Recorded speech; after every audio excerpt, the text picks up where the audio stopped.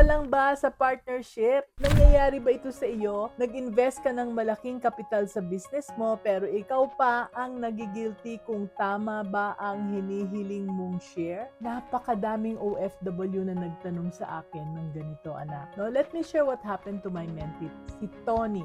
OFW siya sa Dubai. Nag-invest ng malaking pera para sa metal fabrication business dito sa Pinas. Bumili siya ng lahat, machinery, warehouse, equipment, working capital, kung ano na kailangan para sa business. Ang brother niya naman may mga technical skills sa welding at fabrication. Kaya si June ang naging managing partner. At first, wala silang formal agreement. Parang gentleman's agreement lang na mag-50-50 sila kasi magkapatid nga. First year, okay naman ang takbo ng business. Pero nung second year, nagsimula na ang mga conflicts. Si June, feeling niya equal partner siya kasi siya naman ang nagmamanage daily. Siya ang nag-hire ng workers, nag-handle ng customers, nagsosolve ng problems. Si Tony naman, feeling niya dapat mas malaki ang share niya kasi siya yung nag-sacrifice ng years of savings abroad. Plus, napansin niya na minsan si June ay gumagawa ng mga desisyon na hindi siya kinukonsulta. Katulad ng pag-hire ng dagdag na staff o pagbili ng mga material. Kaya ang problema, walang clear agreement sila from the start. Walang nakalagay na sino ang may final say sa mga major decisions.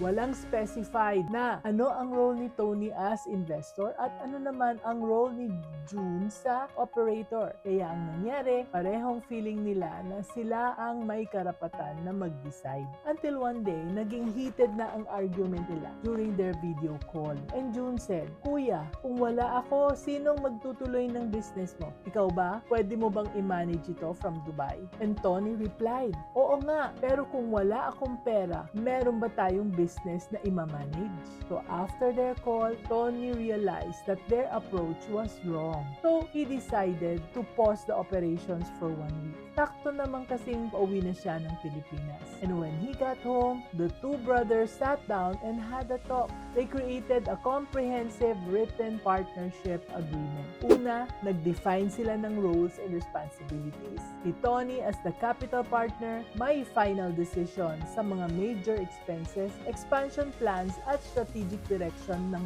negosyo. Si June naman as the operating partner, may authority sa day-to-day operations, hiring ng regular staff at customer relationships. Second, they agreed with the profit sharing of 60-40 in favor of Tony. Plus, June would receive a monthly management fee of 25,000 pesos on top of his profit share. And pangatlo, nag-set sila ng monthly reporting system. Every month, dapat may financial report si June kay Tony.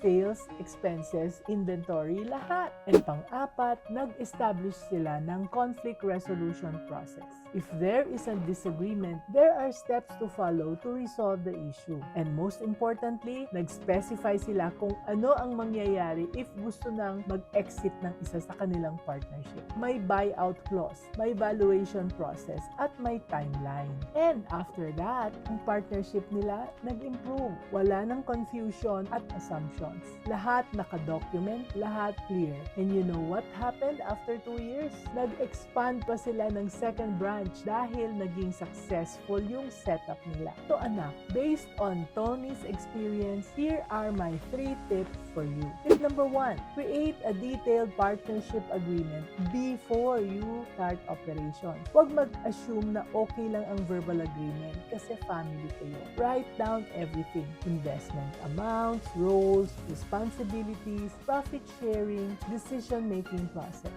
Include mo rin dyan ang monthly reporting requirements at communication protocols. Tip number 2, set clear boundaries between capital partner at operating partner. Kung ikaw ang investor, you have the final say sa lahat ng major financial decisions tulad ng expansion, malalaking purchases, at strategic direction ng business.